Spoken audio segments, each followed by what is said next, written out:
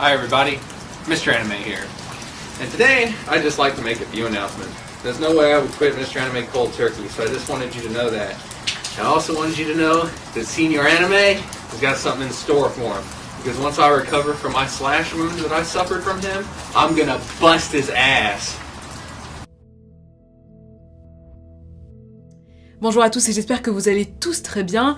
Dans la vidéo d'aujourd'hui, je vais vous raconter une histoire qui est très dérangeante puisqu'elle se rapproche beaucoup de nos réalités. À moi en tant que créatrice mais aussi consommatrice de contenu sur YouTube et à vous peut-être aussi en tant que créateur et consommateur de vidéos sur YouTube. Dans la vidéo d'aujourd'hui, je vais vous parler de Trey Zesler, un YouTuber américain très connu, très populaire aux États-Unis aux prémices de YouTube. Donc vraiment quand YouTube débuté, quand YouTube n'avait pas vraiment décollé. Il avait un humour piquant, une personnalité singulière qui le distinguait de tous les autres youtubeurs de la plateforme et de tous les autres youtubeurs de sa communauté. Malheureusement, derrière ce personnage à l'air innocent, se cachait un jeune homme profondément troublé. Prenez bien quelque chose à manger, quelque chose à boire et installez-vous confortablement parce que on va parler d'une histoire dérangeante, comme toujours.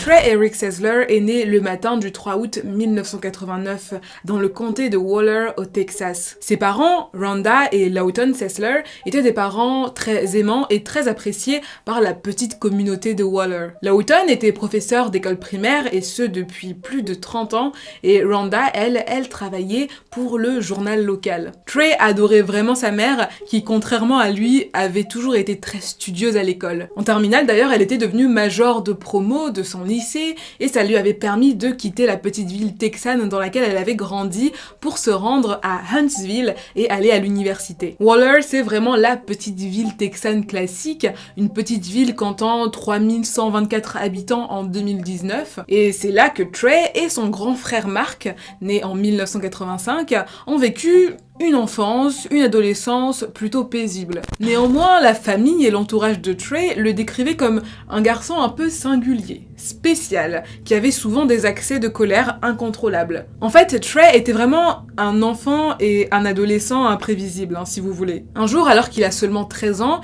il concocte un plan diabolique pour se venger de l'un de ses camarades de classe. Il appelle le 911 et dit à l'opérateur que il n'arrête pas de voir une ombre suspecte tourner autour de sa maison. Pour lui, c'est étrange. Il demande à l'opérateur d'envoyer un policier sur place. Son but, c'est de se cacher dans les fourrés, d'attendre que le policier arrive avec une batte de baseball et puis d'attaquer le policier pour lui voler son arme.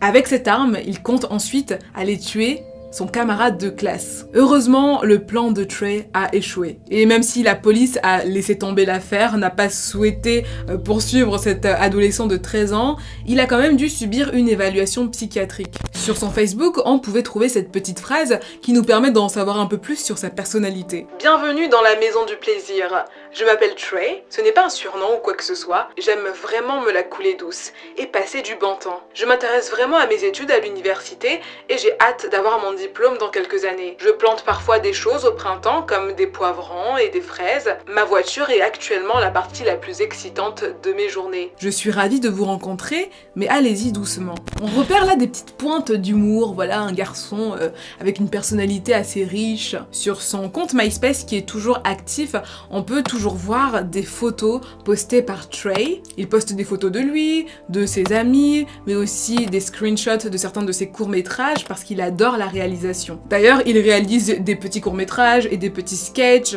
seul ou avec des amis. Donc il est vraiment passionné de réalisation. Alors qu'il est encore au lycée en 2006, Trey décide de créer une chaîne YouTube qu'il appelle Landscape Production. À l'époque, YouTube, c'était simplement un moyen de partager ce qu'on aimait. Ça pouvait être des courts-métrages, des vidéos familiales, des vidéos de ses chats, et YouTube n'avait pas du tout la même ampleur, la même portée qu'aujourd'hui. Pour Trey, créer cette chaîne YouTube était certainement un moyen d'avoir des avis, des retours sur son travail, sur ses réalisations. Et dans les courts-métrages qu'il poste, il inclut souvent sa famille, sa mère, son frère, de qui il est très proche, son frère était vraiment son meilleur ami. Et Trey avait une autre passion dans la vie, les animés. Il en consommait énormément en très grande quantité, au point d'être devenu un expert en la matière. Et ceci était en partie dû au fait que Trey avait très peu d'amis et donc il passait une grande partie de son temps chez lui, bloqué dans sa chambre. Et du coup, sur cette chaîne YouTube, il a commencé à partager des critiques d'animés. Et son côté très franc plaisait toujours, il n'enjolivait jamais les choses, mais il était toujours très juste dans ses critiques. Hi, I'm Mr. Anime, and today I'm reviewing an anime called Night Wizard. Oh, and boy, do I have a show for you. Et sa personnalité changeait beaucoup des autres youtubeurs de l'époque et des autres youtubeurs de sa communauté qui essayaient toujours de créer un personnage très joyeux. Lui, il était comme il était. Et ça plaisait beaucoup. Et toutes ces qualités propres à lui ont fait qu'il a très vite gagné en visibilité et qu'il est devenu, avec tant d'autres, un des pionniers de la communauté animée aux États-Unis. Bien sûr, on parle de YouTube, hein, on parle de la communauté animée sur YouTube. En fait, de 2006 à 2011, l'activité principale de Trey était les vidéos sur YouTube. Et comme il n'avait pas beaucoup d'amis, cette communauté en ligne qui lui faisait confiance, pour qui il était crédible, lui faisait beaucoup de bien. Et en 2011, sa chaîne a explosé, comptabilisant plus de 1 million de vues. C'était énorme pour l'époque. Avec le temps, pourtant, celui qu'on appelle Mister Animé dégringole. Il maigrit beaucoup dans ses sketchs, il révèle une partie beaucoup plus sombre de sa personnalité et il manipule souvent des armes en vidéo. Oh, how you doing everyone? It's Mr. Anime. Or you can call me Trey. You can call me the guy that does the video game reviews, or you can call me the guy that does all the gun stuff now. Il est sur une pente glissante à ce moment-là, mais ses abonnés ne se rendent pas du tout compte de la gravité de la situation. En effet, la santé mentale de Trey est au plus bas et il survit sur un mélange d'antidépresseurs et d'alcool. Alors qu'il a plus de 4000 abonnés sur sa chaîne, ce qui était énorme pour l'époque, plus d'1 million de vues comme je vous l'ai déjà dit, il publie sa dernière vidéo, le nouveau travail de Mr. Anime. Dans cette vidéo, il explique qu'il a de très bonnes nouvelles, qu'il a trouvé un super travail, une super opportunité dans le monde du cinéma et justement grâce à YouTube. Et il rassure également ses abonnés en leur disant qu'il continuera à faire des vidéos par la suite. Mais c'est la dernière vidéo qu'il publiera. Trey passe toute l'année 2011 dans la maison de sa grand-mère décédée. Il passe des heures à se renseigner sur la tuerie du lycée de Columbine, dans laquelle 13 étudiants et membres du personnel avaient perdu la vie aux mains de Eric Harris et Dylan Klebold. En parallèle, il s'amuse à tuer des petits animaux domestiques. On le soupçonne même d'avoir tué son propre lapin. Et surtout, il s'entraîne à tirer avec ses différentes armes sur des animaux, dans la forêt ou sur des bâtiments abandonnés. Lawton, son père, est vraiment déçu de son comportement et il lui reproche sans arrêt son chômage, son manque d'indépendance, le fait qu'il ait abandonné l'université également. Les frictions sont tellement importantes que, en décembre 2011, Trey confie à un de ses amis qu'il a envie de tuer son père. Finalement, Trey a envie de tuer tout le monde. Il veut devenir le plus grand tueur de masse de l'histoire et passer devant Eric Harris et Dylan Klebold, les tueurs de Columbine. Il avait d'ailleurs préparé 3 options, 3 plans différents. Le premier, ouvrir le feu dans le stade de football du lycée Waller lors d'un match de rentrée bondé. Le deuxième, tuer un maximum de personnes lors du festival annuel de la pastèque de Hempstead. Oui, c'était un festival à Hempstead. Et ce, dans une attaque à la voiture bélier. Il avait prévu de passer à travers la barricade et de laisser sa voiture rouler pour qu'elle tue un maximum de personnes. Ensuite, il prévoyait de sortir de la voiture et d'abattre un maximum de personnes à l'aide d'une arme à feu. Dernière option, ouvrir le feu dans la cafétéria du lycée Waller au moment du déjeuner. Pour pouvoir mettre son plan à exécution, il avait stocké des armes à feu pendant plusieurs mois, et ce dans sa chambre d'université. Et en même temps, il continuait à faire des vidéos sur YouTube et à jouer son rôle de Mr. Anime.